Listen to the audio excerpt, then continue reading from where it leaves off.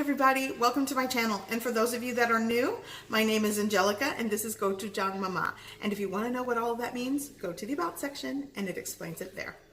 Okay, so today I'm back with another Cook With Me video.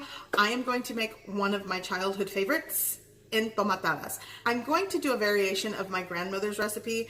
In her sauce, she would use fresh tomatoes only, but I don't have enough. So I am going to improvise and use fresh and canned crushed tomatoes, season it, doctor it up, and it'll still be delicious. So join me for this easy, delicious childhood favorite. Let's go.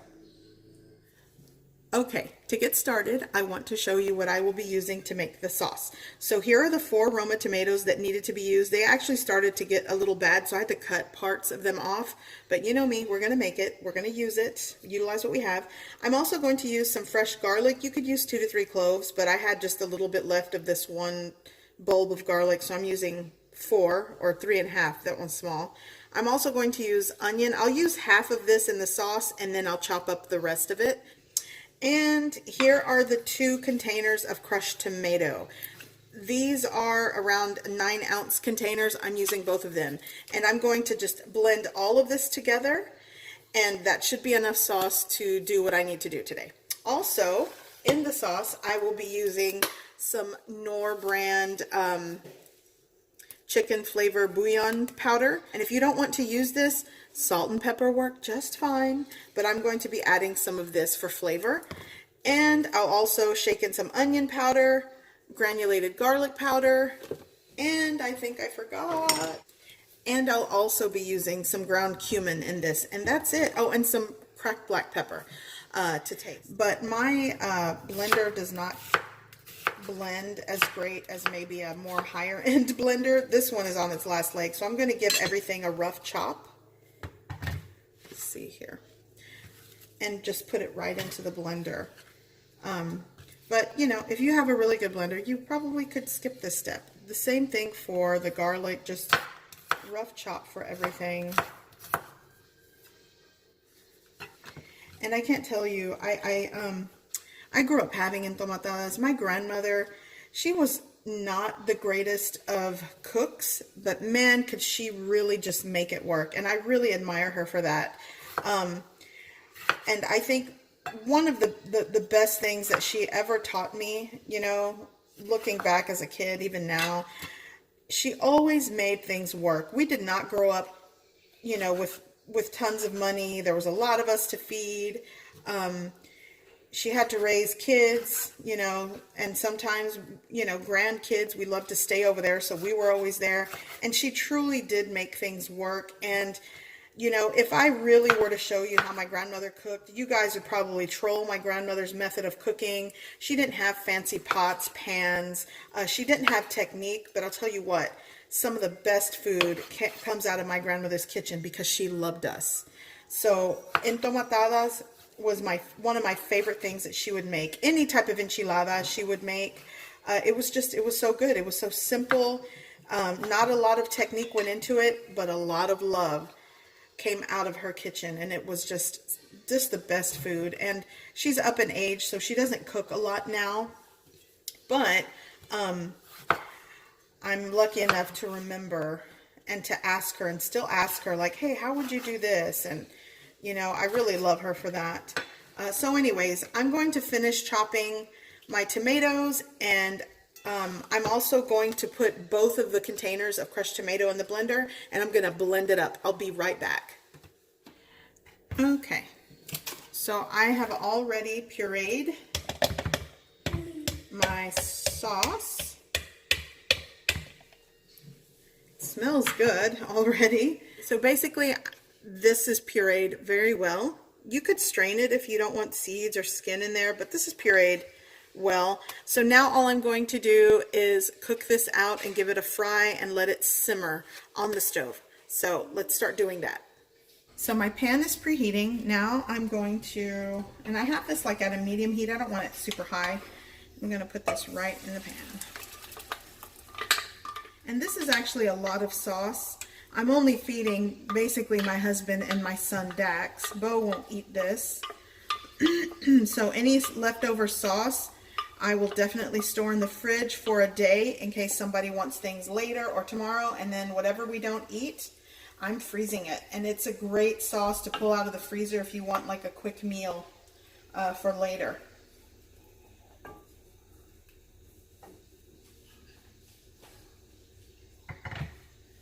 So as you can see, the sauce is, you know, it's a salsa. It's a thick salsa. And if you want it spicy, you can add a jalapeno pepper to it. Serrano peppers are super spicy if you like, you know, a lot of spice. But my grandmother, she doesn't like salsa, believe it or not. My maternal grandmother. Now my paternal grandmother, she loved salsas.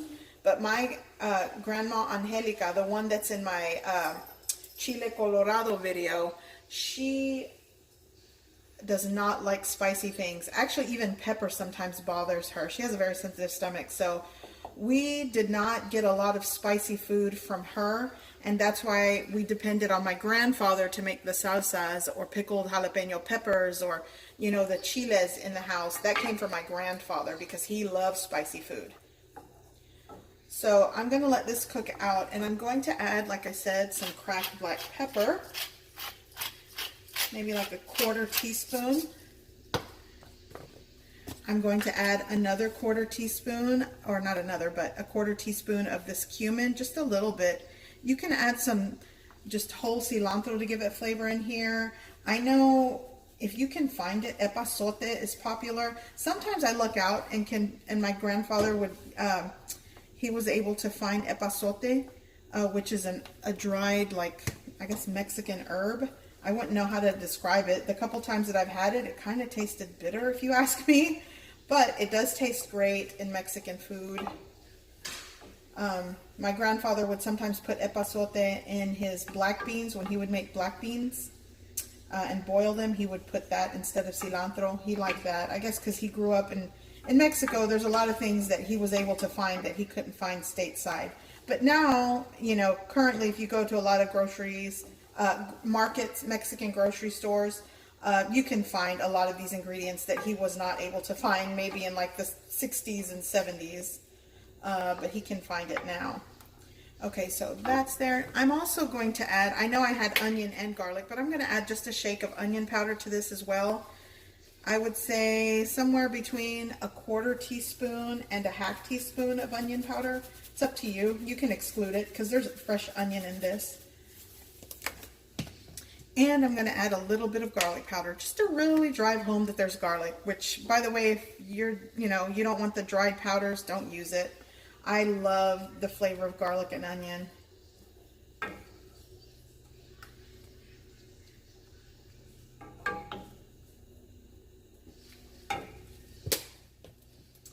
Okay, and now this virtually has no salt. You could add the salt to your preference, maybe like start with a teaspoon.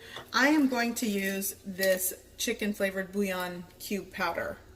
And again, some of you like it, some of you don't, so you know, feel free to substitute and adjust it. But I'm going to go in with 1 teaspoon, maybe 1.5 teaspoon. I'm going to start with 1.5 teaspoon. And just mix that in there. So I want to go ahead and taste this. It's been like on a low simmer because you got to be careful. It'll start popping and splattering everywhere, but I want to taste this. Okay. So it definitely needs more flavor. So I'm going to add another, I think ultimately probably 1 tablespoon of this chicken flavored bouillon can go into this amount. And I'm going to add a little bit more pepper. And I do want some more ground cumin. So I would say like a 1/2 teaspoon of ground cumin works in this. And you actually don't have to add ground cumin. I just like that. I like to add cumin to this, but honestly, my grandmother, she wouldn't add all that. And, you know, the simplicity of her recipes, they just tasted so good. I don't know if it was because we were all starving, but she was very simple in what she made. She didn't have a lot of dried powdered ingredients. She pretty much would use salt, pepper, fresh onion, garlic, and if she could get her hands on the cumin seeds, she would, you know, grind those in her molcajete, which, gosh, it does make a difference if you're able to do that. But I guess my generation, we want more convenience and we get a little lazy in the kitchen. I'll admit that, but you know, I still make delicious food. It's not exactly how my grandmother did it out of necessity, but you know, I get it done the way it's convenient for my kitchen. So I encourage you to do that. Okay, so you pretty much want to let this simmer for at least 10 minutes because remember, the tomatoes and onion and garlic were raw, and you also could eliminate some of the simmer time if you roast your tomatoes first with the onion and garlic, any fresh ingredients. Roasting it really gives the sauce a good flavor, but again, I just cut a corner, so I'm just going to cook it out in this pan. So once this is done, once you're done seasoning it and salting it the way you like, you can set it aside, and I'm going to work on how to prepare the corn tortillas for dipping. Okay, so now I'm going to prepare my corn tortillas. I'm just going to do 8 for right now. I'm only going to make a couple for my son. My husband's not home, so the ones that I'm going to make for him I'll make later, but I can prepare everything ahead of time. That's the great thing about doing these. You can have the sauce and the tortillas ready, so when someone comes, you just kind of, you know, reheat the tortillas a little bit in the microwave, and then, you know, the sauce, you reheat it, and you're good to go. But anyways, let me show you how I'm going to do this. Okay, so I'm not deep frying these. I'm just gonna, you know, put some oil just at the bottom of this pan, let it heat. Okay, so my oil is heated through, so all I'm going to do is just pass this through the hot oil, and not even 10 seconds in the pan. You're not really crisping this up. I don't want these crispy. But that's it. And set it aside. And what I like to do to get some of that residual oil off the other is just pat it with the dry corn tortilla to get some of that oil off of it. And then right into the hot pan again. And that's all you're doing, is just heating these through in the hot oil.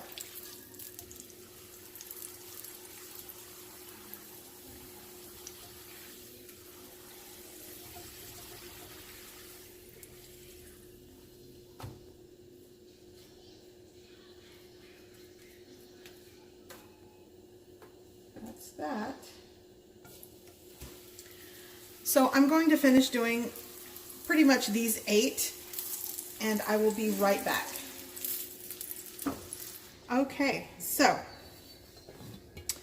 my tomato sauce has been simmering this whole time, so about 15 minutes. And again, it really does make a difference when you cook it out, when it's raw. Now, if you roast this before you puree it, okay, that'll definitely add another level of flavor that is very delicious. But, you know, I kind of did things the easy way, but I did simmer this very gently with the lid on because it'll start splattering for 15 minutes, and oh, it smells so good. Smells so good. Okay, so this is very hot. Let me show you. So all we're going to do is basically dip this into the very hot salsa or the tomato sauce. And then I'm going to quickly fill it with this delicious Queso Fresco. And the brand that I'm using is La Vaquita brand. So I just cut them into like chunks. You can crumble it if that's easier. I like to just put a, you know, a slice on the corn tortilla after dipping it, roll it with a little bit of onion, by the way. But again, if you're not a fan of raw onion, skip it. But it's just as delicious. And I'm going to dip the tortilla, fill it with the cheese, roll it. I'm going to do a couple, then I'll crumble some more cheese. I'll put some Mexican crema on it, like a Mexican sour cream, or you could use regular sour cream. And then with a little bit more onion, and it's so delicious. So that's what I'm going to do. So I'm going to set up my little workstation here.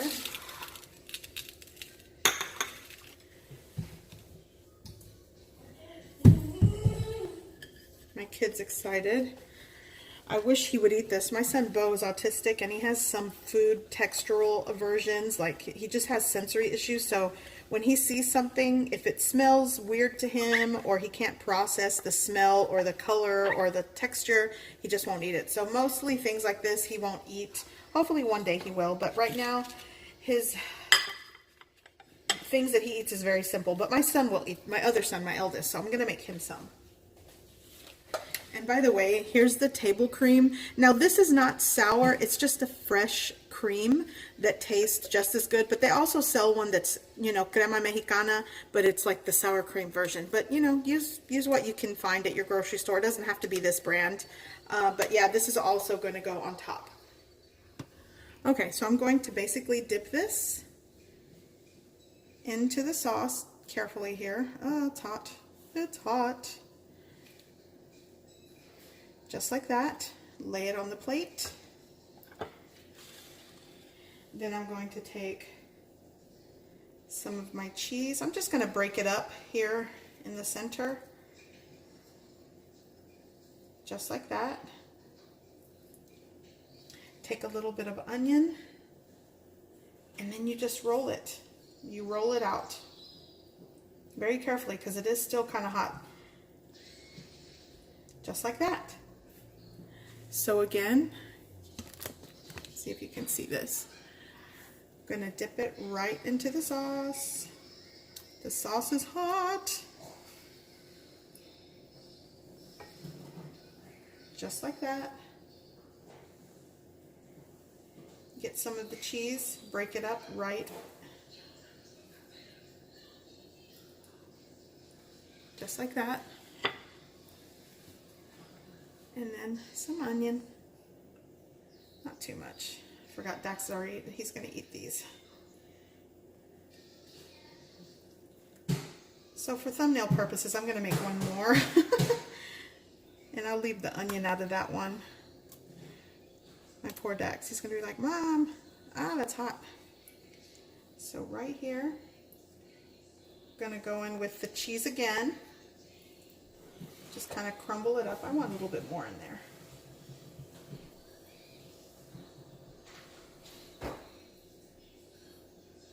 And this one just plain, no onion. And then roll that up. And I've got 3 delicious entomatadas. Let me get my hands clean. Okay. So I want to get a good thumbnail picture with this. Something like that. So then what you can do is add a little bit of the crumbled cheese on top. Just like that. And then add some sauce. And just kind of ladle it. If you want things a little bit saucier, this sauce is really good, by the way. You hear my son in the background with his shows. So just give it a little, oops. Just do the sauce just like that. And I'll set this over here. I don't want this back in there. So things are saucy. You can go in with a little bit more cheese just for color. Cotija cheese is another one too that you can use. Cotija cheese and onion. If you have, you know what guys, Queso Fresco is like my favorite, but if I wanted this, I would totally use like some kind of other white shredded cheese. So garnish of some onion. I'm going to wipe my hands.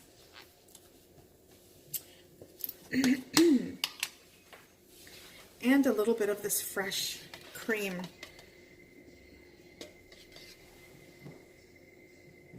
Let's just drizzle it like that.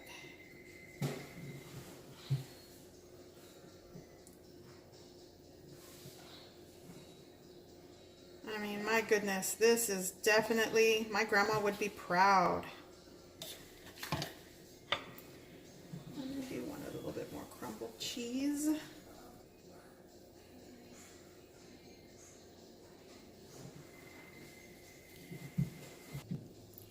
And just for color, just going to tear up some Just a couple of cilantro leaves. Typically I don't put cilantro on this, but it's a lot of white and red going on. Why not add some green? Okay.